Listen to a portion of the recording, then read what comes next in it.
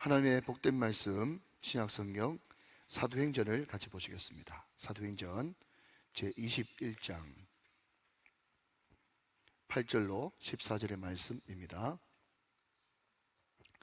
이 계시의 말씀을 한 절씩 나눠서 교독하시고 마지막 절 합독하실 때 살아계신 하나님의 음성을 들을 수 있기를 원합니다. 제가 먼저 8절을 받들어 읽죠.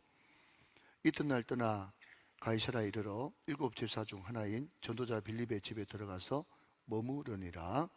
그에게 딸 넷이 있으니 처녀로 예언하는 자라. 여러 날 머물러 있더니 아가보라 하는 한 선지자가 유대로부터 내려와 우리에게 와서 바울의 띠를 가져다가 자기 수족을 잡아매고 말하기를, 성령이 말씀하시되 예루살렘에서 유대인들이 이같이 이 띠 인자를 결박하여 이방인의 손에 넘겨주리라 하거늘. 우리가 그 말을 듣고 그곳 사람들과 더불어 바울에게 예루살렘으로 올라가지 말라 고나니, 바울이 대답하되 여러분이 어찌하여 울어 내 마음을 상하게 하느냐. 나는 주 예수의 이름을 위하여 결박당할 뿐 아니라 예루살렘에서 죽을 것도 각오하였노라 하니, 같이 읽습니다. 그가 권함을 받지 아니하므로 우리가 주의 뜻대로 이루어지이다 하고 그쳤노라. 아멘. 하나님의 말씀입니다. 네, 오늘 우리 귀한 강사 목사님을 모셨는데요. 서울 해성교를 담임하시는 정명호 목사님. 네, 우리 교단적으로 굉장히 주목을 받고 있는 귀한 설교자고 목회자입니다. 제가 우리 교회 부임했을 때가 42살에 부임했는데, 우리 정명호 목사님께서는 지금 심무하시는 해성교에서 전도사 생활을 한 걸로 제가 알고 있습니다. 얼마나 잘하셨으면 30대 중반에, 초중반에 담임 목사님으로 부임받아서 제가 알고 있기로는 곧 원로 목사님이 되실 자격이 되신 20년 가까이 하셨는데 나이는 제 또래입니다. 그러니까 얼마나 일찍 담임 목사님으로 부임받으셨어요. 여러분 아시는 대로 저희 교회 금요기도회는 두 가지 조건을 갖추어야만 우리 교회에 오실 수가 있습니다. 그런데 그 조건이 굉장히 까다로워요. 하나는 뭔가 하면 담임 목사보다 설교를 잘 하시든지, 또 하나는 담임 목사보다 잘생기든지, 그 두 가지 조건인데 두 번째 조건을 굉장히 갖추기가 힘들잖아요. 네. 그런데 오늘 모처럼 이 두 가지 조건을 다 갖춘 귀한 목사님이 이제 오셨습니다. 우리 정명호 목사님 나오셔서 귀한 말씀을 전해주실 때 말씀에 큰 은혜가 되시길 바랍니다. 나오실 때 큰 박수로 맞으시기 바랍니다.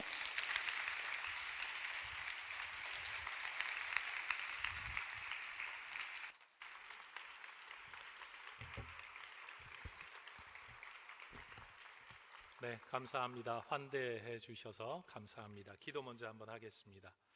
하나님 감사합니다. 복된 강단에서, 복된 교회에서 하나님의 말씀을 전달할 특권을 주신 것을 감사합니다. 제 입으로 표현되는 것은 사람의 말이지만 이 말이 저들의 마음에 가닿았을 때 물이 포도주로 변화되는 것처럼 주의 음성으로 들려지는 물떠온 하인의 영광과 특권을 누리는 은혜를 저에게 허락해 주시고, 하늘의 포도주로 만족하며 기갈 들린 심령들이 해갈하게 되는 하나님의 은혜가 우리 모든 성도들에게 임하게 하옵소서. 예수님의 이름으로 기도합니다. 아멘. 네, 반갑습니다. 제가 섬기는 교회는 대학로 해화동에 있습니다. 원래 76년 된 교회에 제가 56주년 기념 예배부터 드렸는데 76주년 기념 예배를 8월 달 마지막 주일에 드렸습니다. 그러니 20년 지금 향해 가고 있습니다. 여러분의 교회 와서 설교하는 게 얼마나 제게 부담이 되었던지 입술이 다 터졌어요.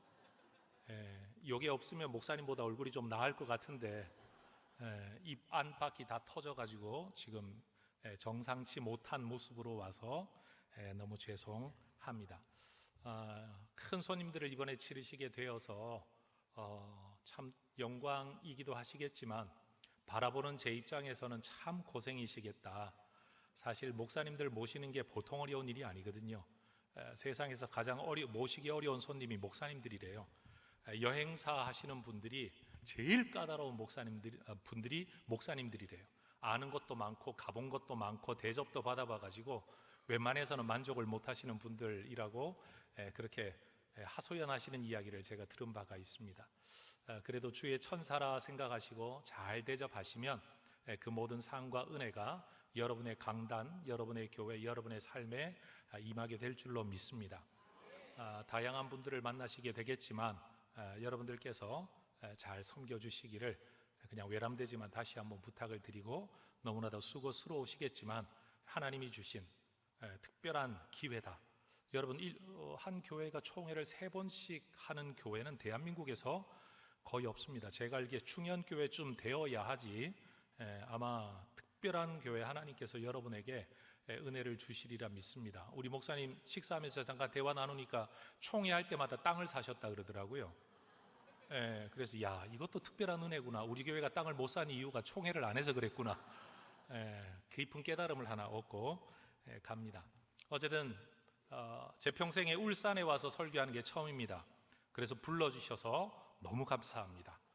울산은 지나다니기만 했지 제가 이렇게 와서 설교단에 서본 적은 없습니다. 저도 대구 촌놈입니다. 해병대 군목을 포항에서 했었고요. 그래서 부산에 해군 함대가 있어서 포항에서 해군 부산을 오며 가며 이렇게 지나다니기는 했지만 사실 이렇게 와 보는 게 처음이라서 목사님 울산 구경 시켜주셔서 너무 감사합니다. 여러분들, 오늘 저는 여러분들과 함께 3차 전도 여행 말미에 있었던 한 사건을 나누려고 합니다. 제가 설교 가운데 성경 구절을 많이 인용하겠지만 여러분에게 일부러 자막을 부탁드리지 않았습니다. 제 말을 그냥 잘 들으시면 충분히 다 읽으셨던 성경 구절이라고 알기 때문에, 잘 알려진 구절이라 일부러 부탁을 드리지 않았습니다.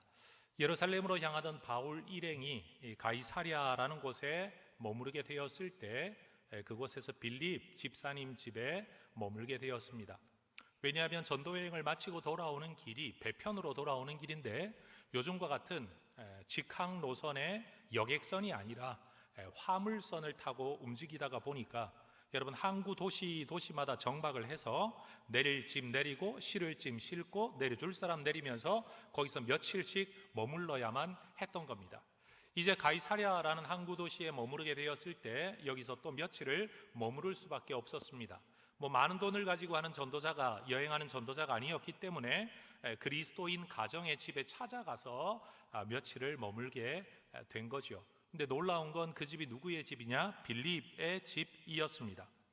여러분, 빌립이라는 분은 사도행전 6장에 처음 7 집사님 중에 한 분으로 등장하는 분입니다. 그런데 분명히 시작할 때는 집사님이었습니다. 7장에는 스데반 집사님 이야기가 나오죠. 근데 8장에는 빌립 집사님 이야기가 나옵니다. 6장에서 뽑았던 집사님들이 오늘날 우리가 교회에서 봉사 열심히 하는 수준의 집사님들보다 더 탁월한 분들이었다는 것을 7장과 8장 이야기를 통해 보게 되죠. 스데반 집사님이 얼마나 영광스러운 복음 전도 사역과 영광스러운 순교를 했는지를 우리는 잘 압니다. 8장에 넘어가 보면 사마리아 성에 특별히 복음을 전도했던 일이 빌립 집사님의 주된 사역이었습니다. 마술사 시몬이 빌립의 능력 행함을 보고 놀랍니다. 예수 믿게 됩니다. 그리고 나중에 함께했던 베드로의 성령 임하는 사건을 보고 나도 저런 능력 좀 가지면 좋겠다. 헌금 얼마 하면 되겠냐라고 말하다가 베드로한테 텅 혼나는 일이 생겨납니다. 그리고 성령에 이끌려 광야로 내려가서 에티오피아 내시에게 세례를 베푸는 이야기가 8장의 마무리입니다. 8장은 그렇게 이야기를 합니다. 아소도를 지나 가이사랴로 내려가서 정착했다. 이게 빌립 집사님의 마지막 이야기입니다. 그렇게 가이사랴에 정착한 8장 마지막 구절의 빌립 집사님이 21장에 되어서 다시 등장하는데 이때는 그분을 집사라고 칭하지 않습니다. 사실 집사라는 호칭은 성경에 없습니다. 여러분, 사도행전 6장에 나오는 집사라는 이름은 원래는 일꾼이라는 뜻입니다. 발에 먼지를 날리며 섬기러 일하러 다니는 사람들, 줄여서 일꾼이라는 말로 나와요. 우리가 이것을 잡을 집자에 일사자, 그래서 일을 잡고 있는 분, 일하는 분을 우리는 집사님이라고 이야기하는 거죠. 따라하십시다. 집사는 일하는 사람들입니다. 꼭 기억하십시오. 여기 있는 집사님들, 일하시는 분이 돼야 됩니다. 집사 직분 받고 일 안 하는 분은 다 사기꾼입니다. 왜냐하면 일하라고 직분을 준 거니까. 권사는 권하는 일을 하는 선생님들 또는 선비들 또는 직분자들입니다. 권사님은 아무거나 다른 건 못해도 여러분 목장 또는 소그룹 또는 구역, 순 등등 성도들의 영혼을 돌아보는 일을 하는 게 권사여야 합니다. 근데 저희 교회를 보면 권사 시키고 나면 돌보기는 돌보는데 성도를 돌보는 게 아니라 다 손주 돌보느라고 교회를 열심히 안 해요. 희한하게 임직받는 시점이 꼭 딸내미들이 시집가가지고 애 낳는 시점하고 얼추 비슷해져가지고 성도들을 열심히 돌보라고 권사시켰더니만 자기애만 열심히 돌보는 분들이 되게 많아요. 따라하십시다. 권사는 영혼을 돌보는 사람들입니다. 이 모든 일을 주관해서 하는 분들이 바로 장로님들입니다. 한쪽으로 일을 하고 한쪽으로 영혼을 돌아보는 일을 책임진 어른들이 장로님들이죠. 여러분 교회 안에는 일꾼들이 이런 역할 잘 감당하시기를 축복합니다. 그런데 여러분 8장에서는 분명히 빌립 집사님이었는데 21장에 등장하는 빌립은 집사로 호칭되지 않습니다. 따라하십시다. 전도자. 다시요. 전도자. 여러분 불명 처음 일꾼으로 세움 받을 때는 그는 집사였는데 여러분 예루살렘 교회가 저 헬라 지역 문화를 가지고 있었던 배경의 사람들이 다시 역이민을 오면서 많은 그리스도인들이 생겨났고 그들 가운데 가정 형편을 잘 아는 히브리파 과부들은 원래 이 동네에 살았던 사람이라 내막을 너무 잘 알아서 제자들과 성도들이 잘 섬길 수 있었는데 남의 나라 이민을 갔다가 돌아온 사람들은 형편을 잘 몰라서 구제하는 일에 자꾸만 누락이 되는 거예요. 그러니까 여러분 여기서 불평이 일어나게 되었고 그래서 세워진 일꾼이 7명의 일꾼들 집사였어요. 근데 7명의 일꾼을 가만히 들여다보면 이름이 전부 다 헬라식 이름입니다. 다시 말해 이 사람들을 더 잘 돌보도록 하기 위해 그 배경을 가진 사람들을 일부러 뽑았다라는 걸 알 수 있는 거죠. 히브리파는 예수님의 12 제자들로도 충분했습니다. 커버가 됐어요. 그런데 헬라파 분들은 잘 모르니까 그 지역 출신 또는 그 언어와 문화에 익숙한 사람들을 뽑아 세웠다라는 거죠. 그 중에 한 분이 빌립이었다는 겁니다. 그런데 여러분 그렇게 세움받은 빌립이 21장에 등장할 때는 전도자로 살아가고 있었던 겁니다. 여러분 내가 받은 직분 하나 그것이 머무는 자리가 아니라 거기서 더 깊이 복음의 사역으로 나아가는 하나님의 종들 되시기를 주의 이름으로 축원합니다. 여러분 얼마나 복음 전도 사역을 열심히 했던지 8장에서는 성령에 이끌려 여기를 가든 저기를 가든 아무 상관이 없었어요. 아마 제가 볼 때는 총각이었던 것 같아요. 그러니까 아무데나 옮겨 다니도 되었겠죠. 근데 21장에 나오는 빌립은 딸 4명을 두고 있는 분인데 딸 4명도 아버지의 영성을 물려받아 예언하는 사람이 되어 있었습니다. 여러분 부모의 영성이 자녀들에게 억지로가 아니라 강제적으로가 아니라 은혜로 전수될 수 있기를 주의 이름으로 축원합니다. 빌립은 그런 면에서 신앙의 세대 계승을 너무나도 잘 이루었던 하나님의 사람이었던 것 같아요. 근데 여러분 예언에는 두 종류가 있습니다. 성경을 보면 영어로 말할 때도 영어를 예언이라고 말할 때 하나는 foretell이라는 말을 써요. for 미리, tell 말하다. 나중에 있을 일을 미리 말하는 거 이거 예언입니다. 그래서 미리 예자의 말씀 원자 이게 예언의 한자어예요. 그런데 성경이 말하는 예언에는 또 다른 하나의 단어가 있는데 prophesy라는 단어가 있어요.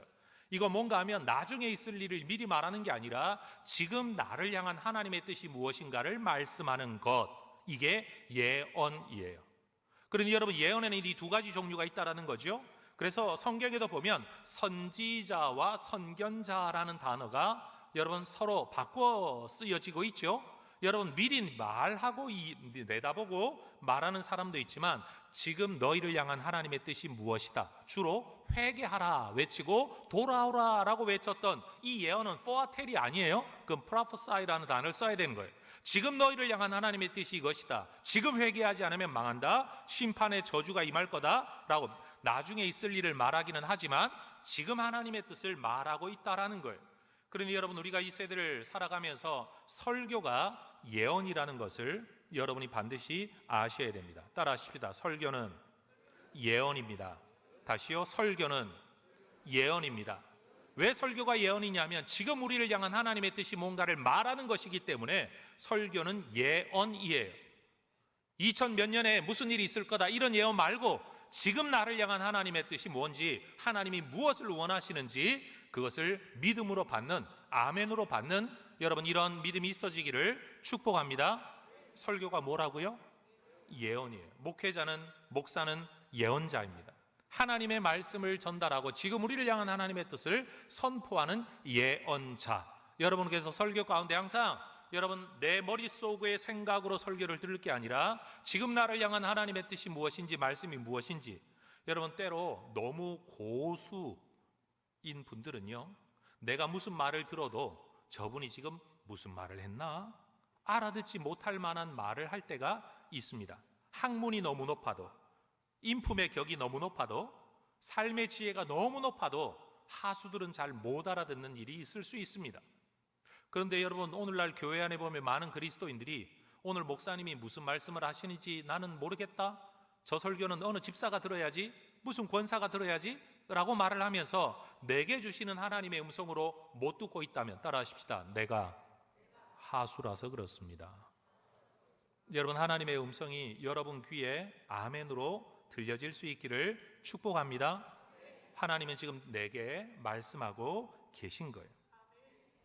그런데 여러분 지금 빌립 집사님 집에 그 아내가 누구인지 성경은 말하지 않아요? 최소한 성령 충만한 능력의 전도자 빌립, 예언하는 4명의 딸, 그리고 거기에 바울이 와 있어요. 바울과 바늘과 실처럼 따라다녔던 사도행전을 기록한 누가가 지금 그 자리에 와 있어요. 그리고 몇 명인지 알 수는 없지만 일행이라고 일컬어지는 바울과 함께 이 여행을 하고 있는 누군가가 그 자리에 함께 와 있습니다. 여러분 한 집에 와 있는 손님들, 세상적으로 볼 땐 권력도 힘도 돈도 없는 사람들이지만 하나님 나라에서 볼 때는 대단한 하늘의 사람들이 지금 그 집에 모여 있는 겁니다. 여러분 지금 이 교회가, 지금 여러분이 볼 때는 우리 교회는 대단한 사람, 돈 가진 사람, 사업하는 사람, 뭐 정치적인 사람, 아니면 똑똑한 사람, 이런 사람 없다라고 여겨질는지 몰라도 하나님 나라에서 볼 때 언젠가 지금 이 시대에 여러분 교회를 다녔던 분들이 바로 이러한 빌립 집에 모여 있었던 하나님 나라 사람들처럼 여러분 멋진 믿음의 사람들이 이 자리에 있었다는 것이 언젠가 드러나게 되기를 축복합니다. 제가 가까이 지내는 목사님들 가운데 이 울산 분들이 좀 많으세요. 최병락 목사님이 울산 출신이시죠. 나이는 제가 조금 많은데 그냥 친구로 지내고 있습니다. 몇 주 전에도 저희 교회 부흥에 다녀갔어요. 서울에 가면 요즘 뜨고 있는 성결교 교회 가운데 하나가 신길교회라고 있는데 여러분 그 목사님도 또 울산 출신이세요. 워싱턴 갈 때마다 찾아가 설교하고 만나 교제하는 류웅열이라는 총신에서 설교학을 가르치셨던 목사님이 계신데 그분도 울산 분이세요. 그래서 제가 울산을 높이 봅니다. 대단한 이 시대의 영적 거인들이 지금 여기서 굉장히 많이 배출되어졌다는 사실, 여러분 몇십 년 전만 해도 그런 분이 있었다는 걸 아무도 몰랐을 텐데 이렇게 지나놓고 보는 제 입장에서는 아니 그 울산 촌동네의 시골 구석에 뭐가 있었길래 그런 대단한 믿음의 사람들이 배출되는 걸까? 근데 앞으로 우리 예 목사님이 또 한 분의 배출되실 거라고 저는 확신합니다. 여러분이 기도로 뒷받침 잘해 주시기를 주의 이름으로 축복합니다. 여러분 우리의 집안이 지금은 별 볼 일 없을런지 몰라도 시간이 흘러 10년, 20년, 30년이 흘렀을 때 여러분 그런 믿음의 사람들이 이 교회에서 출신되었다, 이 교회의 예배를 통해 자라났다, 여러분 이런 말을 들으면 얼마나 행복할까요?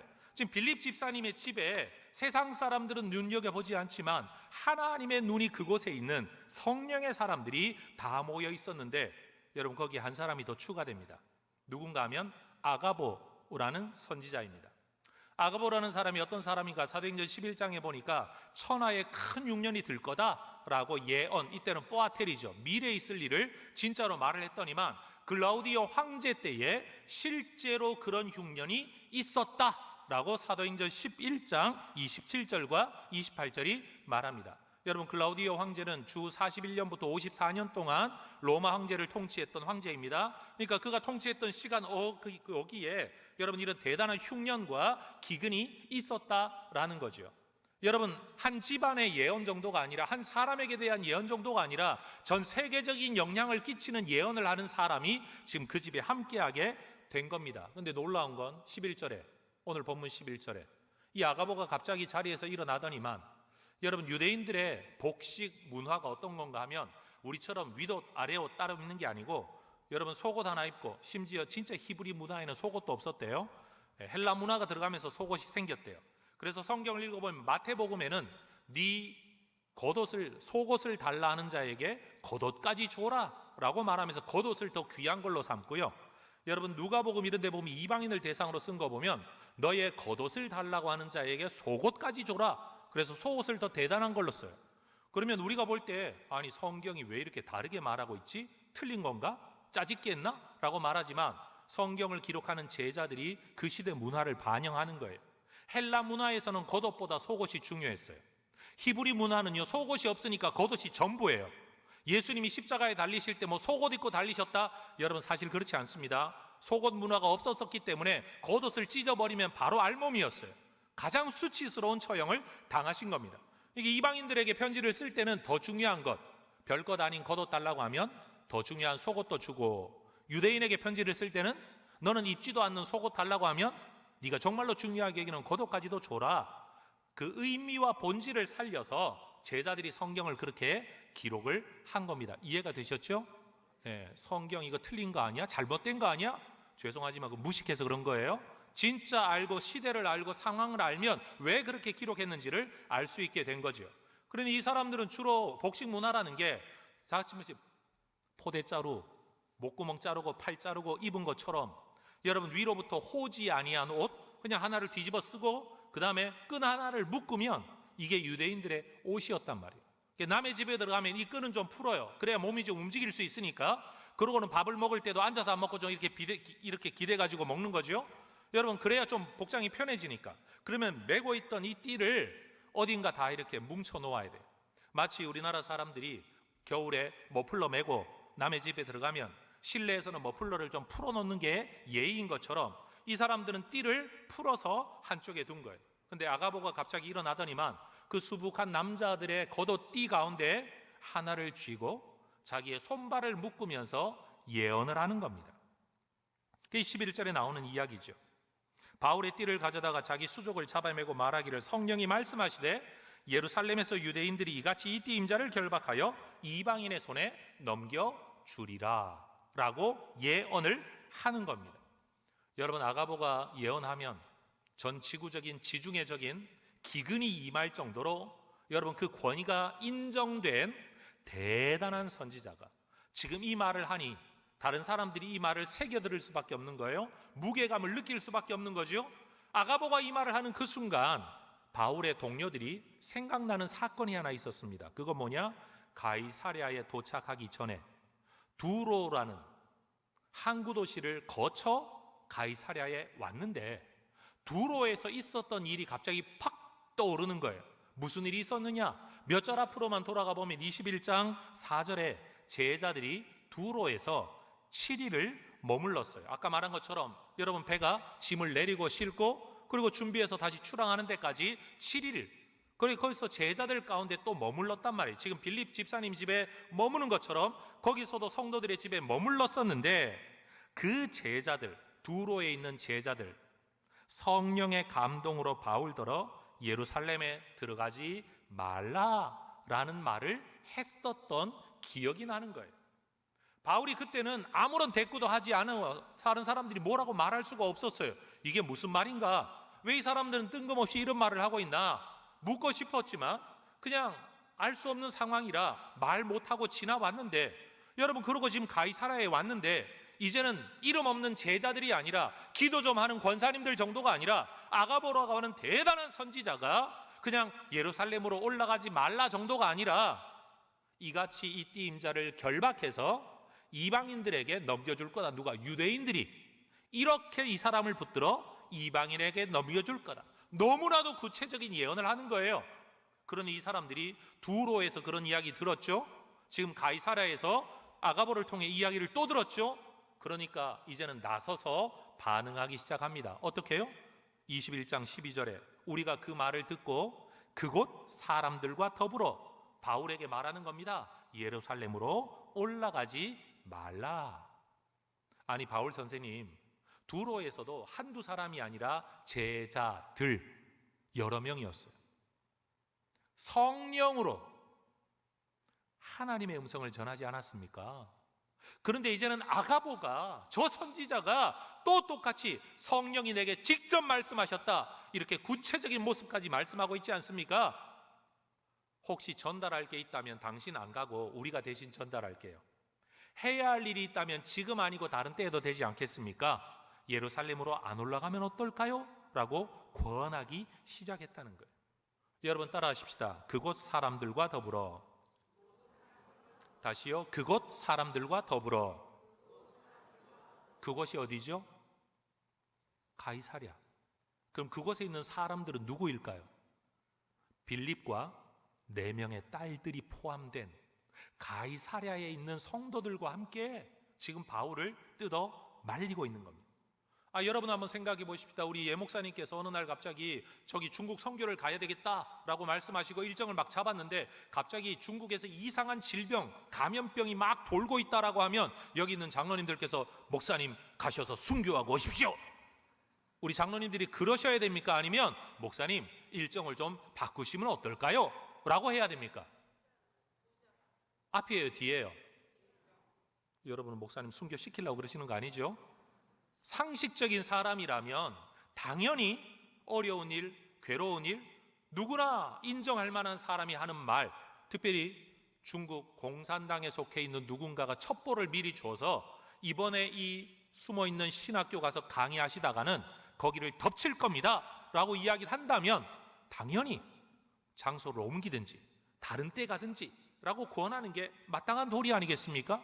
지금 바울 옆에 있던 사람들도 다 그 마음을 가지고 바울에게 이야기를 하고 있는 거예요. 그랬더니만 바울이 갑자기 뜬금없이 성경 기록이 굉장히 바울을 인간미 없는 사람인 것처럼 묘사를 해요. 성경이 뭐라고 말하는가? 13절에 바울이 대답하되 여러분이 어찌하여 울어 내 마음을 상하게 하느냐? 마치 화내는 것 같죠? 근데 사실 문맥상 이 표현이 이런 겁니다. 바울이 동역자들의 사랑을 모르는 게 아니었습니다. 그들이 자기 편하자고 지금 이 말을 하고 있는 게 아니라 나를 사랑해서 이 말을 하고 있다는 걸 너무 잘 알고 있습니다. 근데 문제는 뭐냐? 바울은 지금 이들의 말을 따를 수가 없는 겁니다. 나를 향한 너희의 마음도 알고 있고 사실 나도 내 속마음에 두려움이 있긴 한데 그래도 나는 어쩔 수 없이 여기를 가야 되는데 그런데 너희들이 울면서 말리니까 내 마음이 너무 아프다. 요즘 애들 하는 말로 13절의 말씀은 T 성향으로 해석하면 안 돼요. F 성향으로 해석을 해야 돼요. 어찌하여 울어 내 마음을 상하게 하느냐라는 말은 그들을 혼내고 있는 게 아니라 너희가 울면서까지 말리는 게 내 마음을 너무 힘들게 하고 있다, 아프게 하고 있다라는 거예요. 왜 바울이 그런 말을 했을까요? 사실 20장 22절 이하에 보면 바울이 이런 말을 합니다. 보라, 이제 나는 성령에 매여 예루살렘으로 가는데 거기서 무슨 일을 당할는지 알지 못하노라. 오직 성령이 각 성에서 내게 증언하여 결박과 환난이 나를 기다린다 하시나. 제가 지금 성경을 오고 가고 있으니까 여러분이 헷갈리실까 봐 설명합니다. 가이사랴에서의 이야기는 21장입니다. 그런데 바울은 이미 20장에서 뭐라고 말을 했는가 하면 나는 성령에 매여 예루살렘으로 가기는 하는데 성령이, 따라하십시다, 각 성에서, 한 번 더, 각 성에서 내게 증언하셨대요. 말씀하셨대요. 그럼 질문할게요.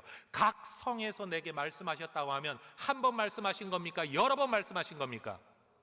다시 질문할게요. 각 성에서 내게 증언하셨다라고 한다면 한 번 말씀하신 겁니까? 여러 번 말씀하신 겁니까?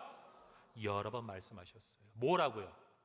결박과 환난이 나를 기다린다.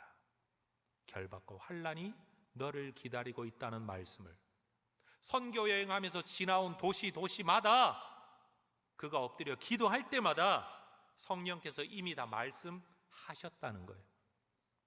그럼에도 불구하고 성령에 매여 지금 예루살렘으로 가고 있는 거예요.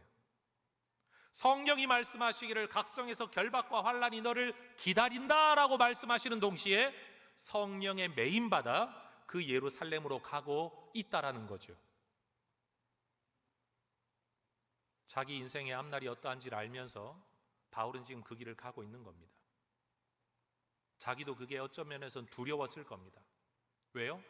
모르는 사람은요, 까짓것 감옥 가면 그만이지 그럴 수 있어요. 근데 우리가 알다시피 바울은 감옥 생활을 수차례나 이미 해본 사람입니다. 남자분들 질문해 볼게요. 군대 다시 가시겠어요? 모르는 사람들은요 까짓거 그럽니다. 제가 해병대 왜 간 줄 아세요? 저도 해병대 지원해서 갔어요. 지원하는 방법은 군목도 거의 막 뺑뺑이긴 한데 임관 성적이 제일 좋으면 자기가 지원하는 부대 먼저 보낸다 그래서 저는 해병대를 가려고 남들은 훈련 안 받고 땡땡이 칠 때 저는 열심히 총검술하고 했어요. 이유는 하나였어요. 끌려온 사람들한테 설교하기는 싫다 이 마음이었어요. 자원하는 사람들, 아 목사님 그럼 공수부대도 있잖아요. 근데 공수부대는요 차출이에요. 여러분 포항에서 군생활을 할 때 아이들이요 다 엎어져 잡니다. 거의 눈을 뜨고 반가사 상태로 설교를 들어요. 그런데도 해병대가 라고 하면 갑자기 애들이 자세를 똑바로 합니다. 몇 초 안 갑니다. 또 좋습니다. 근데 중요한 건 그거예요. 그런데 여러분 이 친구들 다시 질문합니다. 제가 야 너 네 자식 해병대 보낼래? 그러면 그렇게 대답하는 사람 거의 없습니다. 여러분 목사한테 상담하러 오는 사람들의 90%가 전부 다 장로 아들 목사 아들들입니다. 들어올 때는 그랬대요. 남자가 한번 되어버리라. 근데 들어와서는 못 견디는 거죠. 모를 때는 지원할 수 있었어요. 근데 견디는 게 너무 힘들어요. 제가 군생활할 때만 해도 아이들이 얼마나 가혹행위가 많았는지요. 이게 순검, 육군에서는 점호라고 부르는 순검을 할 때 여러분 바퀴벌레, 개구리 전방 뭐 최전방에 있으니 뭐 형편 엉망이잖아요. 그런 거 있으면 그냥 잡아라 시키고 먹으라고 시키고 뭐 그런 가혹행위가 너무너무 많은 거예요. 그런 상황을 견뎌내는 게 너무너무 어려운 거죠. 그러니까 믿음을 가지고 나도 남을 가혹행위 하는 자로 살아야 되나? 아니면 나는 그걸 안 해야 되나? 안 하려니 조직에 수능은 안 되고 하려니 신앙 양심에 걸리고 맨날 와가지고 목사한테 상담을 하는 거예요. 나도 몰라요. 야 나도 모르겠다. 난 니네들처럼 병생활을 안 해서 나도 모르겠는데 네가 알아서 해라. 근데 너무너무 답답한 거예요. 여러분 사도 바울이 감옥 생활을 몰랐다면 여러분 자기의 자부심과 자만심을 가지고 주의 복음을 위해 까짓거 감옥 생활 한번 결박당하는 것 한번 할 수는 있지만 바울은 그 생활을 이미 경험한 사람입니다. 매를 맞아본 사람이에요. 굶어본 사람이에요. 죽음의 고비를 몇 번 넘긴 사람이에요. 그런 사람에게 그 일이 기다리고 있다는 걸 알면서도 그 길을 간다는 거 여러분 결코 쉬운 일 아닙니다. 우리 남자분들 군대 갔다 와서 제일 꾸기 싫은 꿈 가운데 하나가 다시 훈련소 입소하는 거잖아요. 오죽 싫으면 그런 꿈을 다시 꾸겠냐고요. 잠재의식 속에서. 근데 바울이 지금 그 길을 가는 거예요. 그래서 그는 마음의 결심이 필요했습니다. 20장 한 장 앞이에요. 20장 24절 우리가 너무나도 잘 아는 성경 구절이죠. 바울이 결박과 환난이 나를 기다린다는 성령의 음성 앞에 그 어떤 마음을 먹었는가 하면 내가 달려갈 길과 주 예수께 받은 사명 곧 하나님의 은혜의 복음을 증거하는 일을 마치려 하면은 내 생명도 조금도 귀한 것으로 여기지 않겠다. 이 각오가 있었기 때문에 지금 이 길을 억지로 가고 있는 겁니다. 꽃길을 생각하고 가고 있는 게 아닙니다. 예루살렘 교회를 방문하면 나를 환영해 주겠지 이거 생각하고 가고 있는 게 아니라는 거예요. 예루살렘으로 가면 결박과 환난이 나를 기다린다. 이방인의 손에 넘겨진다. 이걸 다 알면서도 나는 죽을 것도 각오하였노라. 이 마음을 먹고 지금 그 길을 가고 있는데 여러분 내 사랑하는 내 동료들이 옆에서 말하는 겁니다. 울면서 예루살렘 안 올라가시면 안 될까요? 결박과 환난이 기다리고 있다고 아가보가 예언하잖아요. 아니 기도하는 예언하는 저 4명의 딸들도 그렇게 말하고 빌립도 저렇게 말하고 있잖아요. 두로의 제자들도 그렇게 말하지 않았습니까? 꼭 가셔야만 되겠습니까? 울면서 말리는 거예요. 여러분 이게 바울의 마음에 얼마나 큰 짐이었겠냐고요. 그래서 바울은 다시 한번 울음을 삼키며 그들에게 이야기합니다. 21장 13절이죠. 나는 주 예수의 이름을 위하여 결박당할 뿐 아니라 예루살렘에서 죽을 것도 각오하였노라. 따라하십시다. 각오하였노라. 다시요. 각오하였노라. 아니 뭐 죽을 것도 각오했다는 사람 앞에 무슨 말이 더 통하겠어요? 그래서 14절 이하를 보면 그가 권함을 받지 아니하므로 제자들이 어떻게 했냐? 주의 뜻대로 되겠죠 하고 더 이상 말할 수가 없었대요. 자, 이게 제가 오늘 여러분에게 나누려고 하는 설교 본문의 핵심적인 스토리입니다. 여러분, 죽기를 각오하고 가는 사람을 누가 말릴 수 있을까요? 사실 우리는 대부분 죽기를 각오한다고 하지만 죽기 싫어합니다. 그래서 변절하죠. 정말로 죽기를 각오한 사람은 변절하지 않을 텐데, 말로는 죽기를 각오했지만 실제로는 죽는 걸 두려워하면 우리는 어쩔 수 없이 변절할 수밖에 없는 연약한 존재들입니다. 저는 이런 말을 한번 드리고 싶어요. 따라하십시다. 우리가 하나님의 뜻을 모르겠다고 힘들어하는 이유는 하나님의 뜻을 몰라서가 아니라 하나님의 뜻이 마음에 들지 않아서일 수 있습니다. 난 도대체 뭐가 하나님의 뜻인지 모르겠어. 나 답답해 죽겠어. 라고 말하는 이유는 정말 하나님의 뜻을 몰라서가 아니라 내가 알고 있는 하나님의 뜻을 내가 받아들이기 싫어하거나 그 하나님의 뜻대로 살기를 싫어하는 거죠. 우리가 흔히 청년들한테 그런 말 하잖아요. 기도해서 하나님이 예비하신 배우자를 만나도록 기도해라. 근데 여러분, 만난 사람이 내 마음에 들어봐요. 우리 두째 줄에 앉은 분 청년이세요? 총각이세요? 네. 만약에 배우자를 놓고 기도했어. 근데 어느 날 인연으로 탁 만난 사람이 너무 이뻐.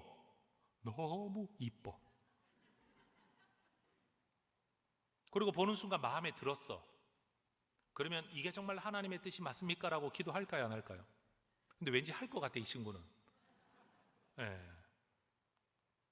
우리가 대부분요, 하나님의 인도하심을 구하며 누군가를 소개해서 만났는데 내 마음에 별로 안 들어. 그러면 기도를 더 해요. 진짜 하나님의 뜻이 맞습니까? 정녕 이것이 하나님의 뜻이란 말입니까? 기드온의 징표를 주옵소서.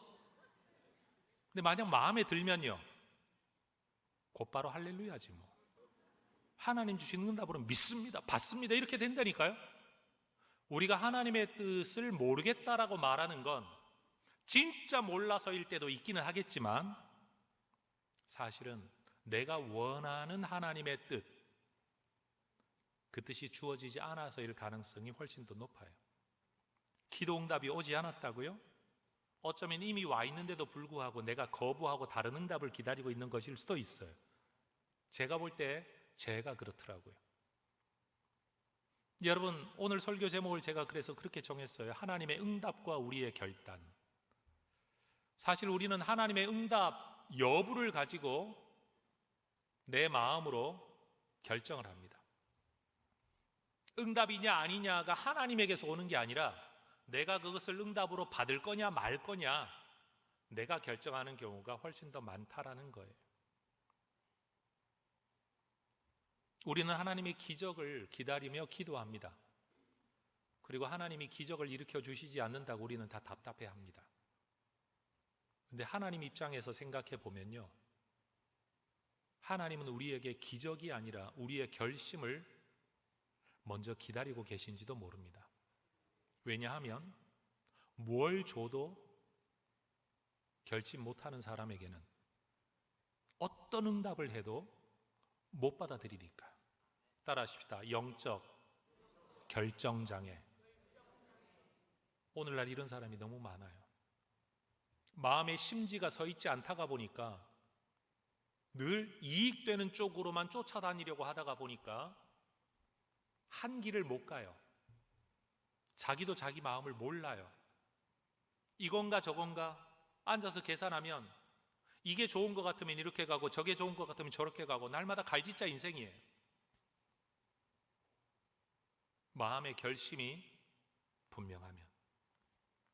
사도 바울은 그렇게 말을 했습니다. 복음 증거하는 일을 마치려 하면은, 표현을 바꾸면 내 인생이 마칠 때까지 복음을 증거할 수만 있다면 죽는다고 해도 그 시점이 죽을 때까지 복음 전하는 길이 되는 거죠. 죽음을 피해야 될 이유가 없다는 사실이에요. 그게 바울의 결심이었어요. 심플하죠. 여러분, 자기 기준이 분명한 사람은요, 결정을 빨리 내릴 수 있어요. 그런데 자기 결심이 분명하지 않은 사람은 날마다 짜장면 짬뽕 가지고 고민하죠. 얼마나 좋아요. 요즘은 짜장면 짬뽕 반반도 나와 있는데. 근데 하나님의 뜻이 그런 건 없단 말이죠. 저도 저희 교회를 건축한 지 이제 얼마 되지 않아서 3,500평 규모의 교회를 건축을 했는데 그냥 건축하고 끝낸 게 아니라 남의 학교 땅에다 건축을 해가지고 우리 돈 들여 다 건축하고 학교에다 다 기부하고 우리가 오히려 세내면서 빌려 쓰고 있습니다.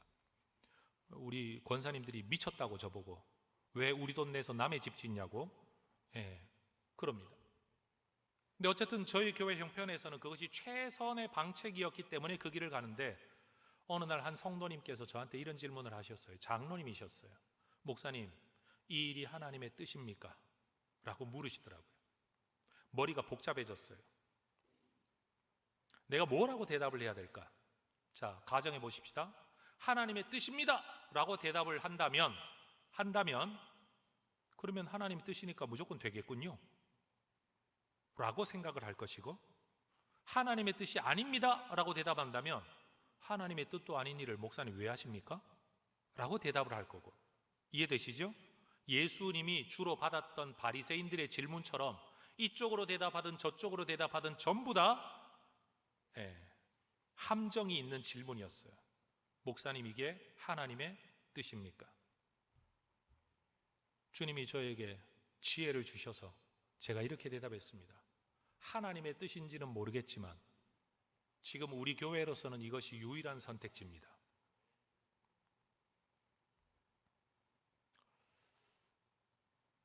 여러분, 오늘날 많은 사람들이 이런 말을 합니다. 그게 하나님의 뜻입니까? 라고 묻는 질문들을 많이 하는데 굉장한 믿음의 질문인 것 같지만 사실은 하나님의 뜻이라고 한다면 증거를 요구할 것이고, 하나님의 뜻이라고 말한다면 자기는 안 해도 하나님이 알아서 다 하실 거라고, 책임질 거라고 하나님께 모든 책임을 돌릴 가능성이 높고요.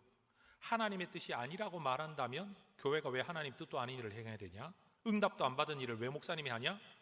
라고 이야기하고 공격당하는 일이 저뿐만이 아니라 주변의 목회자들에게 많이 일어나고 있는 일 가운데 하나예요. 결국 다시 말하면 신앙을 빌미로 삼고는 있지만 사실은 그렇게 부담스러운 일은 하고 싶지 않습니다 라는 말의 또 다른 표현을 굉장히 신앙적인 것처럼 포장해서 하는 경우들이 많다는 거죠.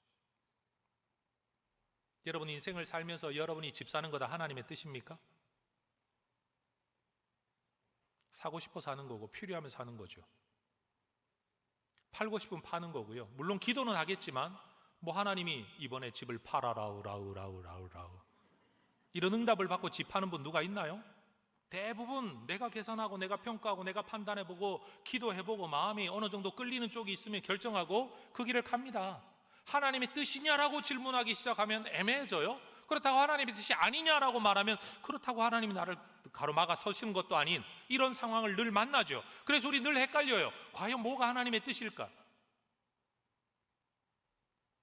많은 사람들이 하나님의 뜻이라는 말을 정말 입에 달고 삽니다. 그런데 저는 오늘 전혀 다른 이야기를 하고 싶은 거예요. 하나님의 뜻이라는 것도 알고 보면 사람들의 해석에 따라 좌우되는 경우가 너무 많더라. 오늘 본문 이야기로 돌아가 볼까요? 여러분, 두로의 제자들이 성령의 감동으로 바울에게 말했습니다. 예루살렘으로 올라가지 마십시오. 그럼 질문할게요. 두로의 제자들이 받았던 성령의 감동은 가짜입니까? 악령입니까? 그런 일이 있으리라고 어느 정도 어렴풋하게나마 응답하시는 건 성령 응답이 맞았습니다. 아가보도 이 사람이 이렇게 넘겨주리라는 이야기를 했습니다. 여러분, 이거 성령의 응답이 맞습니까? 맞습니다. 정확했습니다. 그런데 여러분, 여기에 차이가 있습니다. 두로의 제자들은 바울에게 그런 일이 있을 거다라는 어떤 감동이 왔을 때 올라가지 말라는 말로 표현했습니다. 아가보는요, 이런 일이 있으리라까지만 말하고 그 다음에 해석하지 않았습니다. 저도 목회자가 되기 위해 학생 때부터 마음을 먹고 내리기를 달리고 있는 사람으로서 기도원 좀 쫓아다녀보고 기도한다는 분들과 교제를 좀 많이 나눠봤는데요. 여러분, 온갖 분들 다 많이 만났어요. 근데 하나님이 주시는 응답, 그 응답 뒤에 붙는 한마디 말이 너무나도 천차만별이라는 걸 알게 되었어요. 감동, 성령이 주시는 응답이 문제가 아니라 그걸 해석하고 말할 때 일어나는 변질, 왜곡이 너무 많다라는 거예요. 바울에게 일어날 일은 성령의 감동이 맞았습니다. 아가보도 그랬고 바울도 그랬고 두로의 제자들도 다 올바른 응답 받은 겁니다. 그런데 하나의 응답을 받았는데 반응이 두 개였습니다. 올라가지 마라, 나는 죽기를 각오하였노라. 응답은 하나인데 해석이 두 개였습니다. 응답은 하나인데 결심이 두 개였습니다. 한쪽은 어려운 일이 있으면 피해야 된다라는 무의식적 전제 속에 하나님의 응답을 해석한 겁니다. 이런 일을 가르쳐 주신 이유는 피하라고 주신 거야 라는 자기들만의 해석의 기본 전제를 가지고 응답을 받으니 올라가지 말라고 말하는 거예요.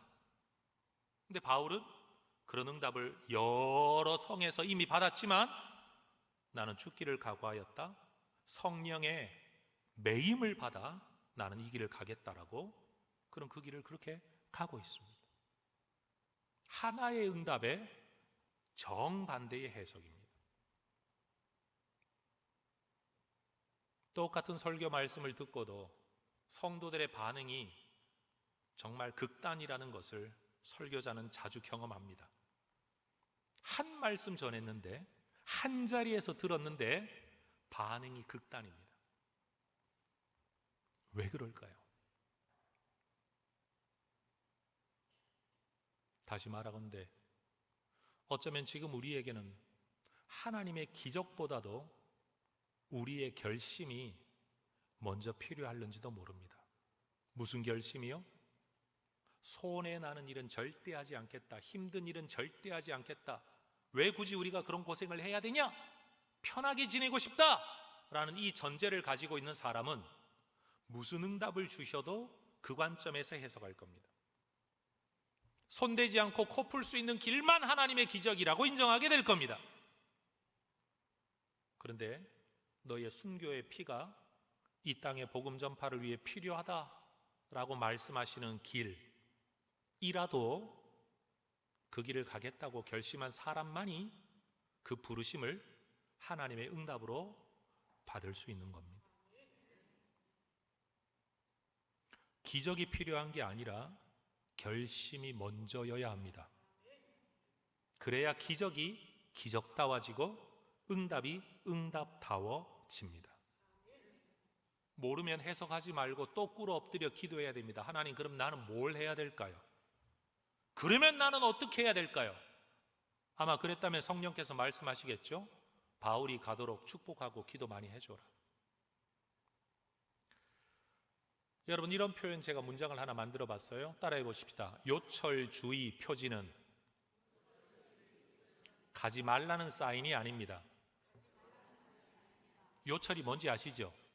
예, 속도 방지턱, 과속 방지턱. 여기 요철이 있다, 과속 방지턱이 있다 라는 표지는 가지 말라는 사인이 아니에요. 속도를 줄여 천천히 가라는 사인이에요. 근데 누군가는 과속 방지턱을 보고 이거 가지 말라는 거야 라고 말해요. 요즘 새로 지은 저희 교회 학교 땅 안에 있다가 보니까 학교 바로 앞에 빨간불로 이 전멸되는 등이 있어요. 많은 분들이요, 그 빨간불로 전멸되는 등 앞에, 신호등 앞에 와서 서요. 그거는 빨간불 계속 켜져 있는 멈춤 신호가 아니라 주의 신호거든요. 주의. 그런데 거기서 계속 서. 뒷차들 다 서. 도대체 저 차가 왜 안 가지? 뒤에서 빵빵 해야 이게 가라는 신호인가? 말라는 신호인가? 그래서 여러분, 요즘 우리 애들도 그런데, 우리 교회 청년들도 그런데, 목사님 요즘 운전면허 시험 한두 번만 보고 그러면 다 붙어요. 내가 그래서 문제다.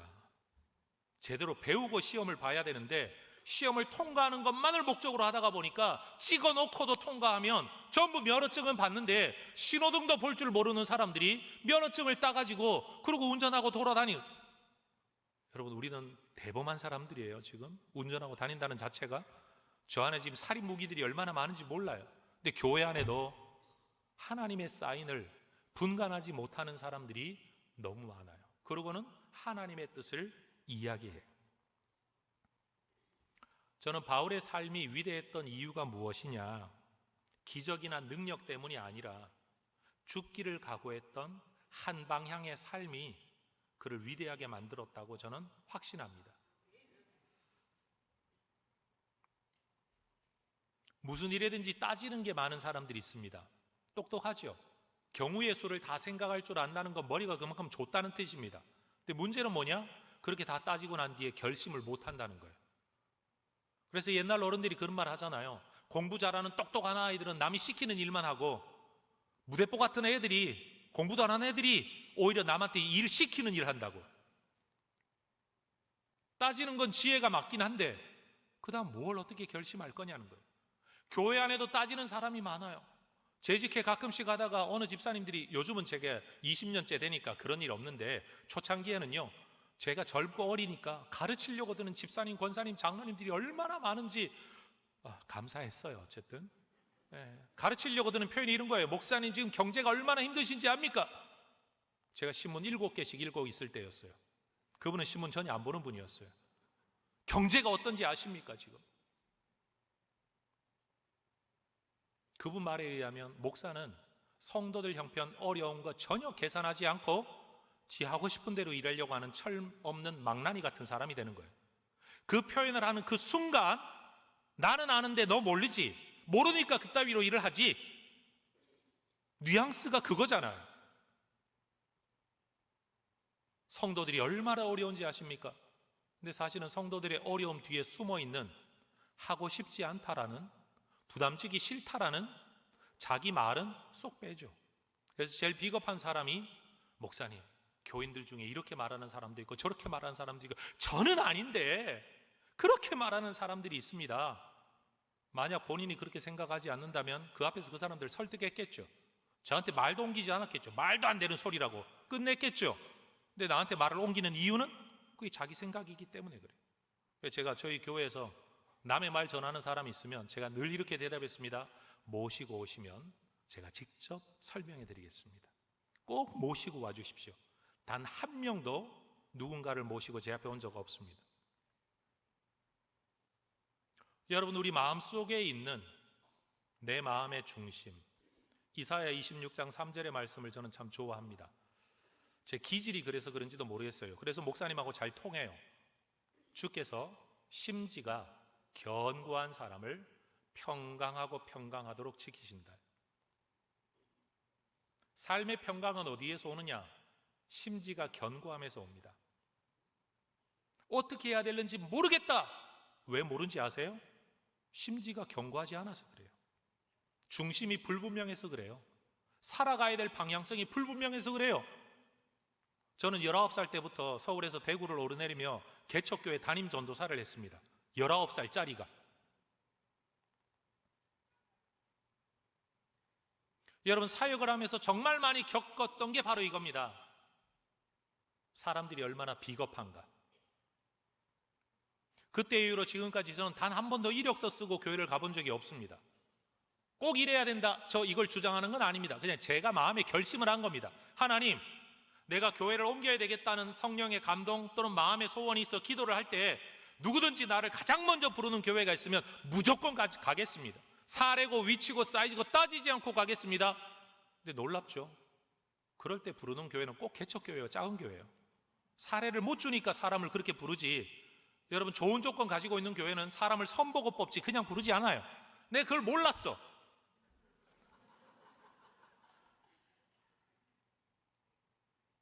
엎드려 기도할 때마다 하나님께서 가장 먼저 나를 부르고 연결시켜주는 교회, 대부분 개척교회, 사례 제대로 못 주는 교회, 어려운 교회, 싸우는 교회. 그런데 저는 믿습니다. 하나님 앞에 내 중심 하나를 지켰을 때 혜성교회도요, 제가 담임되기 위해 이력서 낸 적도 없고 설교한 적도 없어요. 그런데도 저를 놓고 공동의회 결의까지 다 맞춰놓고 담임 오라고 저를 불러서 여러분 30대 중반에 담임이 되었습니다. 제가 사역지를 옮겨가는 모습을 볼 때마다 친구들이 이야기를 했습니다. 전 총신 대학부터 다닌 사람이라 여러분 어려서부터 전부 사역자들만 주변에 있었죠. 친구들도. 너 왜 그렇게 바보처럼 그렇게 다니냐? 너 같은 성격에, 너 같은 능력에, 너 같은 열정이면 이런 교회 가면 너 같은 친구를 정말 목사님이 좋아할 텐데, 너 정말 크게 쓰임 받을 텐데. 근데 반골 기질이 있었는지 꼭 그런 데는 가기 싫더라고요. 맨날 개척교회만 돌아다니는 거죠. 그러고도 어떻게 인생길이 열리겠냐고 친구들이 얼마나 걱정했는지 몰라요? 사실은 또래 가운데 제가 제일 먼저 담임이 됐어요. 그리고 가장 오랫동안 목회하고 있어요, 지금. 저는 마음에 결심 하나가 있습니다. 하나님의 인사 정책에는 실패가 없다. 믿으십니까? 하나님이 실수해서 나를 지금 이곳에 보내놓은 게 아니다. 이 교회 부목사님들, 전도사님들 잘 새겨 들으세요. 여러분은 갈 데 없어 이게 와 있는 거 아니고, 하나님이 실패해서 나를 못 알아줘서 이 시골이라고 말하면 안 되죠, 여러분. 서울 사람들 제일 기분 나쁜 게 서울 아니면 다 시골이라 그러잖아. 여기 지방에 와 있는 게 아니라는 사실이에요. 여러분, 수지에 사는 사람들이 늘 하는 말이 있대요. 내가 서울 살 사람인데 지금 잠깐 여기 살고 있다고. 그렇게 부자 동네 살면서도 서울에 대한 동경이 그렇게 큰가 봐요. 제가 사대문 안에 살잖아요. 여러분 좀 알아주세요. 사대문 안에 살고 있어요. 별 것도 없는데 사대문 안에 사는 목사라고 얼마나 부러워하는지 몰라요. 그리고 늘 서울을 동경하며 산대요. 근데 저는 질문하고 싶어요. 너의 걸음을 인도하시는 하나님은 어디 계신가? 내가 여기 살 사람이 아니라고? 그럼 여기 살 사람 아닌 사람을 여기 살게 하시는 하나님은 도대체 어떤 하나님인가? 하나님의 주권을 여러분 믿으시기를 주의 이름으로 축복합니다.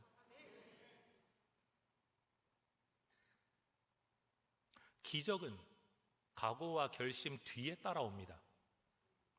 기적이 믿음을 불러온다고요? 예수님의 이야기를 한번 보세요. 표적을 보여달라고 말했던 사람들이 예수님이 기적과 표적을 행하니까 말을 어떻게 하는지 아세요? 바알세불의 힘을 빌려 기적을 행하고 있다라고 또 어깃장을 놓습니다. 안 믿으려고 작심을 했기 때문에 아무것도 없을 때는 기적을 보여달라 그러고, 기적을 보여주면 귀신의 힘을 빌어서 저렇게 하는 거라고 여러분 회방 놓는 게 그 사람들입니다. 그게 그들의 마음을 보여주는 거죠. 안 믿겠다. 당신이 무슨 짓을 해도 내가 안 믿겠다. 받아들일 수 없다. 그들의 결심을 보여주는 모습이었다는 사실이에요. 앞뒤를 따지지 않았던 에스더, 죽으면 죽으리라. 다니엘과 그의 친구들, 여러분 그 결심 뒤에 기적이 따라왔지, 기적 뒤에 결심한 거 절대 아닙니다. 따라하십시다. 기적은 결심 뒤에 따라옵니다.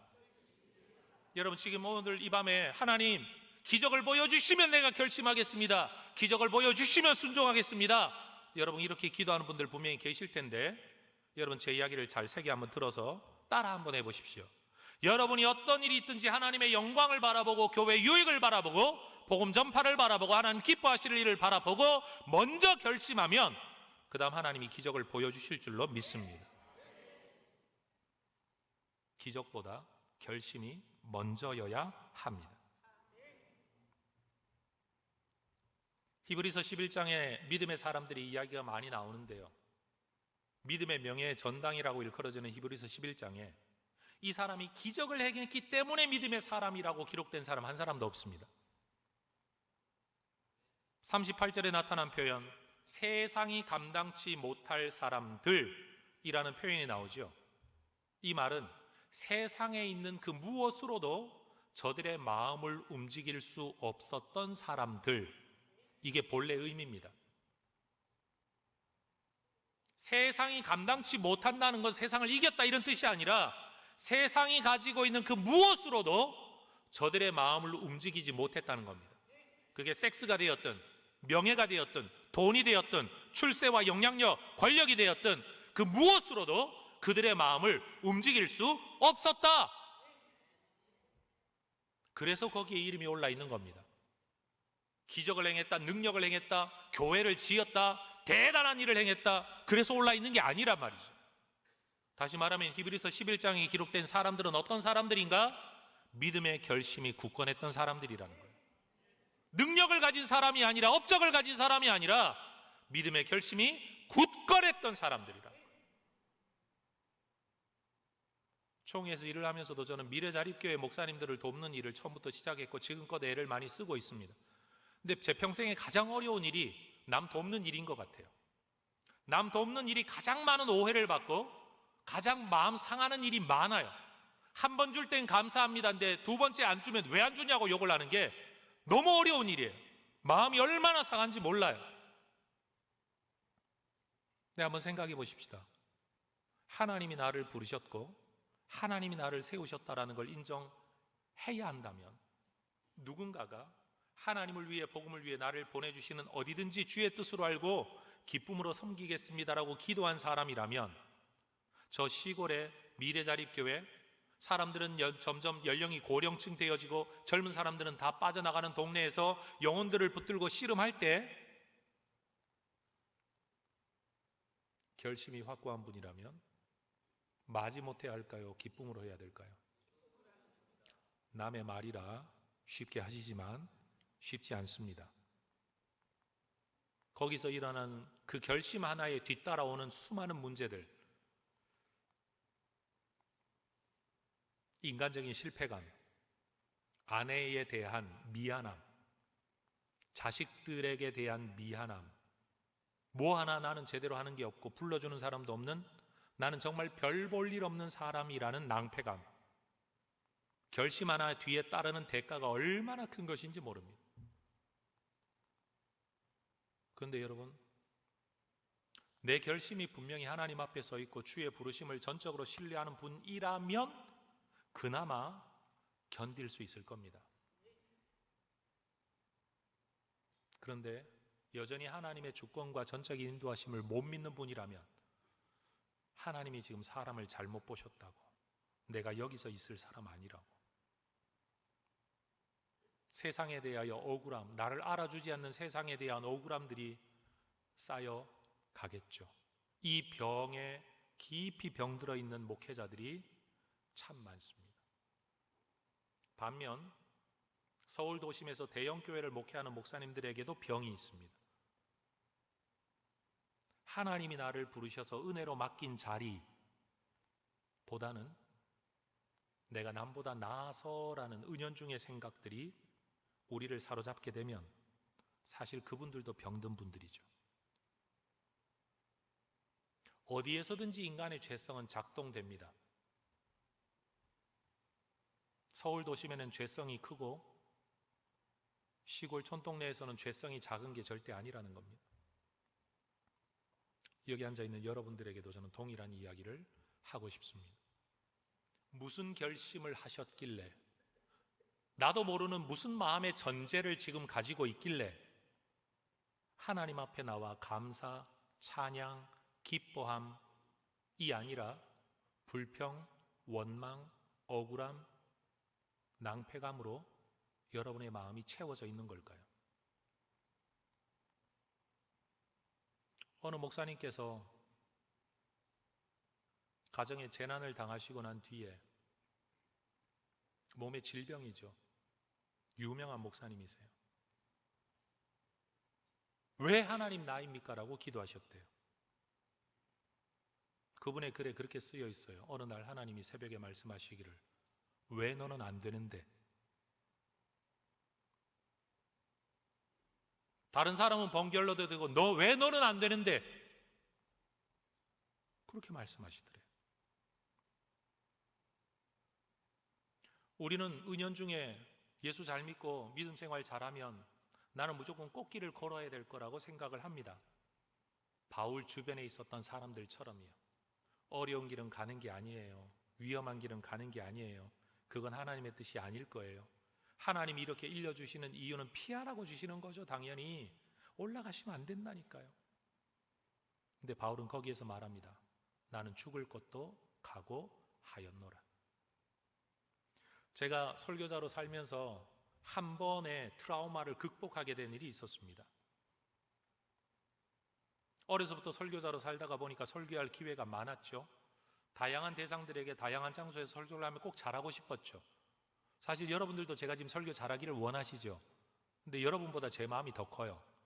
여러분들은 다음 설교 다른 설교자 담임 목사님 설교 들으면 되지만 나는 울산까지 시간 들여 와가지고 여기서 설교 한번 하고 가는데 여러분 이왕이면 잘하기를 원하지 못하고 싶은 목사가 누가 있겠어요? 근데 여러분 잘하고 싶다라는 곳에 내 마음을 두면 둘수록 설교가 스트레스예요. 부담이에요. 얼마나 긴장되고 그 결과에 따라 얼마나 마음이 요동치는지 몰라요. 좀 잘했다 싶으면 마음이 그냥 가슴이 빵빵해지고요. 좀 못했다 싶으면 진짜 막 자기를 탄식하는 일들이, 그래서 감정이 하늘과 땅을 막 오르내리는 거예요. 아마 찬양 인도자들도 그런 경험 하실걸요.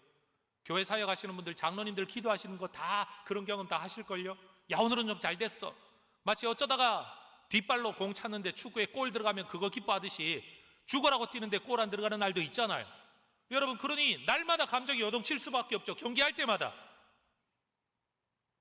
마음에 결심한 거 하나가 있어요.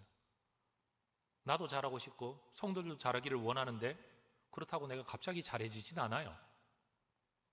제가 늘 우리 교인들한테 하는 말이 있어요.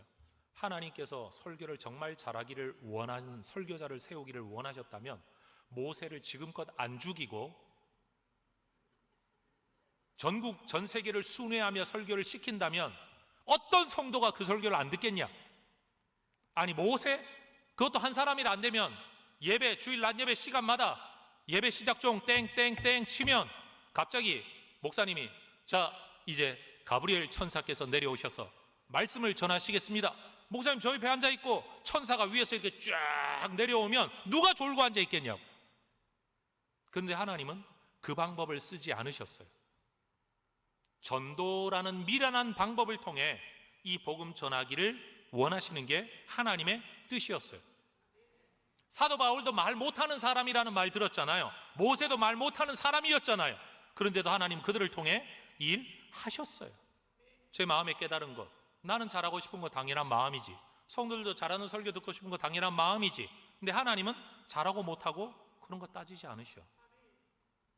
하나님은 잘하는 사람을 통해서도 일 안 하실 수 있고 못하는 사람을 통해서도 일하실 수 있어. 여러분, 기도를 길게 해야만 꼭 하나님 응답하시는 거 아닙니다. 마음의 중심이고 결심입니다. 많은 분들이 목사님께 와서 이렇게 질문합니다. 가게 열 때마다 목사님, 어느 자리에서 가게를 열어야 될까요? 점쟁이도 아닌데 어떤 메뉴를 가지고 장사를 하면 좋을까요? 이런 걸 자꾸 물어요. 그리고 목사님 꼭 와서 기도해 주기를 원해요. 기도하면 마음의 평안은 얻겠죠. 근데 여러분, 우리가 대부분 우리의 미래 앞날을 알고 싶어 하는데 앞날을 알고 싶어 하는 제일 큰 이유는 뭘까요? 불안하니까요. 그 불안은 어디서 오는 거죠? 실패하지 않기 위해서요. 실패하지 않는 길을 찾아가고 싶은 거예요. 한 번의 선택에 맞는 길을 가고 싶은 거예요. 남들처럼 꼬꾸라지기 싫은 거예요. 그러니까 두려운 거예요. 불안한 거예요. 그러니까 기도해 달라는 거예요. 근데 이 기도는 믿음의 기도는 아니에요. 불안하니까 매달리는 기도이긴 하지만 믿음의 기도는 아니에요. 믿음의 기도는 뭐냐? 하나님, 내가 이 길을 가겠습니다. 길을 열어 주십시오. 도와주십시오. 그리고 가는 거예요. 가다가 망했다. 아, 하나님, 내가 뭘 잘못했나 보군요. 다시 일어서겠습니다. 아니, 예수 믿는 사람에게 이런 마음이 필요하다는 것이죠. 요즘 이 아이들이 입시원서를 쓰면 학교도 뭐 7군데씩 막 돈만 있으면 막 다 갖다 쓰더고 막. 요즘은 그렇지만 옛날에는 학교 하나만 딱 써야 되잖아요. 그럼 그 학교 가서 시험을 봤잖아요. 여러분, 전부 목사 앞에 가가지고 목사님, 우리 애가 어느 학교에 서류를 넣어야 될까요? 떨어지기 싫어서, 떨어지면 안 되니까. 붙는 학교가 어디냐? 이거 묻는 거 아니에요. 여러분, 하나님이 학교 떨어지는 사람은 절대 안 쓰시나요?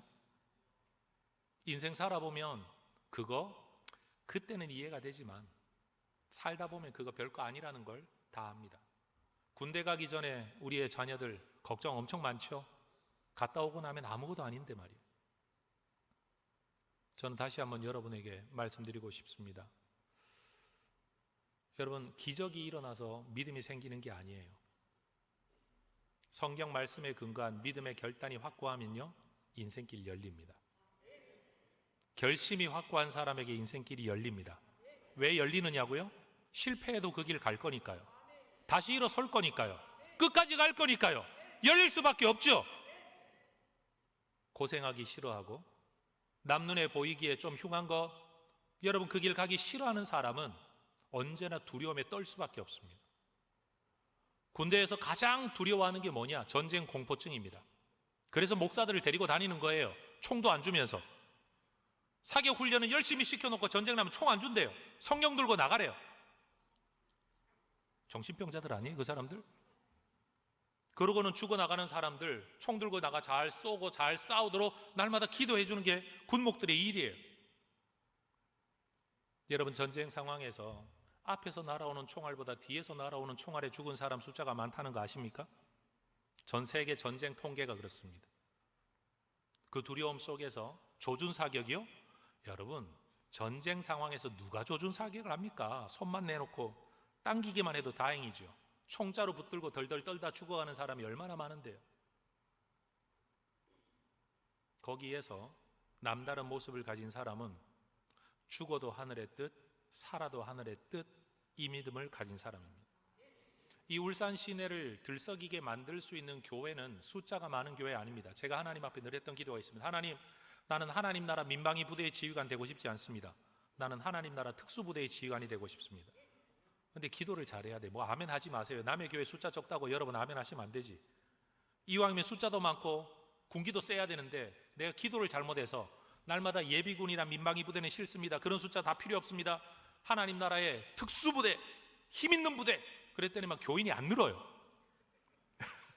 별로 안 늘어요. 여러분, 목사님은 능력이 있으셔서 이게 늘게 하는데 저는 안 늘어요. 그리고 날마다 말씀을 가지고 성도들을 다그치니까 여러분, 성도들이 믿음은 견고해지는 것 같은데 여러분, 그 다음 이야기는 안 할게요. 저는 다시 한번 제 마음을 다잡기 위해 이 자리에 섰습니다. 조금의 어려움만 있어도 피해가려고 하는 사람은 하나님의 뜻을 제대로 이해하지 못합니다. 자, 따라하십시다. 하려는 사람은 길을 찾고 하지 않으려는 사람은 핑계를 찾습니다. 제 말이 공감이 되시나요? 하려는 사람은 길을 찾습니다. 어떻게든 하려고 합니다. 하기 싫어하는 사람은요, 어떻게든 안 하려고 핑계를 찾습니다. 교회에서도 똑같습니다. 목사의 사역에서도 똑같은 것 같습니다. 되면 되는 대로, 안 되면 안 되는 대로 주어진 사명의 길을 가는 게 사역자의 길이라고 저는 믿습니다. 잘 되면 좋지만, 그게 소원이지만, 남들이 박수칠 만큼 우러러볼 만큼 가면 좋긴 하겠지만 그건 우리의 소원일 뿐이고 현실이 그렇지 못하더라도 그 길을 가는 게 사명의 길이라고 믿습니다. 인생은 사명입니다. 여러분의 길이, 여러분의 걸음이 남보다 나아 보지 못해도 여러분, 하나님이 그 길을 걷게 하신다면 그 길을 가셔야죠. 결박과 환난이 나를 기다리는 인생이다? 여러분, 안 사실 겁니까? 그래서 스스로 목숨을 끊으실 겁니까? 그건 아니잖아요. 예수 믿는 사람이 할 일이 그게 아니죠. 나는 죽기를 각오하였노라 라고 그 길을 가야죠. 직분을 맡을 때도 그 마음으로 가야죠. 교회를 섬길 때도 그 마음으로 가야죠. 인생 살 때도 그 마음으로 가야죠. 다시 말합니다. 기적보다 결심이 먼저여야 합니다. 오늘날 한국 교회에 왜 기적이 없냐? 하나님이 일하지 않아서가 아니라 결심한 사람이 없어서 그렇습니다. 어느 목사님이 그렇게 말을 했습니다. 응답 올 때까지 기도해봐라. 응답 못 받는 사람이 누가 있나? 근데 우리는 응답이 올 때까지 기도하는 게 아니라 내가 몇 번 기도해보고는 응답이 없다라고, 하나님은 응답하지 않는 하나님이라고 우리 스스로 규정해 버리는 겁니다. 제 방에, 우리 교역자들 방에 붙여놓은 글이 하나 있습니다. 어느 날 책을 한 권 읽고 그 책을 딱 요약하니까 문장이 이렇게 되더라고요. 한번 따라해 보시기 바랍니다. 방법이 없는 것이 아니라 생각이 없는 것이다. 답이 없는 것이 아니라 치열함이 없는 것이다. 능력이 없는 것이 아니라 열정이 없는 것이다. 우리 교역자들이 이거 되게 싫어합니다. 방법이 없습니다. 안 됩니다. 방법이 없는 게 아니죠. 더 많은 생각을 하지 않은 거죠. 답이 없습니다. 답을 찾아내려는 치열함이 없는 거죠. 능력이 부족해서 능력을 극복할 만한 열정이 없는 거죠. 그게 이거 기독교 책 아닙니다. 일반 서적에서 이런 말을 하더라고요. 여러분, 그러니 우리 믿음에서는 뭘 더 말하겠습니까? 인천 지역의 어느 목사님께서 연합 집회를 오셔가지고 설교를 하시다가 이런 말씀하셨어요. 교회를 건축하긴 해야 되는데 목사님이 엎드려 기도하면서, 하나님, 우리 교회 성도들 너무 힘들고 어려운데 이 건축 어떻게 합니까? 어떻게 합니까? 건축은 해야 된다는 하나님의 감동과 응답은 있는데 교회 형편을 생각하면 말을 못하겠고 너무 괴로워서 계속 기도하는데 어느 날 하나님이 그러시더래요. 넌 니네 교회 성도들이 힘들고 어렵다고 하는데 니네 교회인들 돈 많다? 그러시더래요. 니네 교인들 돈 많다? 여러분, 이분의 이야기의 핵심 결론이 뭔 줄 아세요? 하려고 하면 없는 것도 가져다 바치겠지만 하지 않으려고 하면 있는 것도 숨기는 거예요. 그게 아나니아와 삽비라의 이야기 아닙니까? 그게 이 시대의 교회의 모습이고 하나님이 그렇게 한 교회 목회자에게 말씀하실 때 여러분, 그런 이야기가 우리에게, 우리 내면에는 왜 없겠습니까? 제 말씀을 이렇게 마무리 짓도록 하겠습니다. 여러분, 저는 사도 바울을 가슴에 품고 심지어 결혼도 안 해볼까까지 꿈꾸었던 사람입니다. 너무 멋지더라고요. 한 방향으로 어떻게 이렇게 살 수 있을까? 근데 여러분, 살아보니까 인생이 제법 길어요. 결혼해야 되겠더라고요. 그런데 돌아놓고 보면 또 인생이 왜 이렇게 짧은지 모르겠어요. 그거 안 해도 살만했을 것 같은데? 이런 생각이 지금도 제 마음속에는 두 가지 생각이 다 있어요. 목회기를 처음 들어설 때는 막막해 보였어요. 너무 멀어 보였어요. 그런데 20년 하고 나니까요, 야, 끝날 때가 얼마 안 남았네? 이런 생각도 들고 두 가지 감정이 제 안에 있어요. 여러분, 어떤 마음으로 살아야 되는지는 남이 나를 설득하지 못하죠? 내가 결심해야 될 문제예요. 여러분, 지금 남은 생에 어떤 마음으로 하나님을 섬기려는지 오늘 그 결심을 하시면 좋겠어요.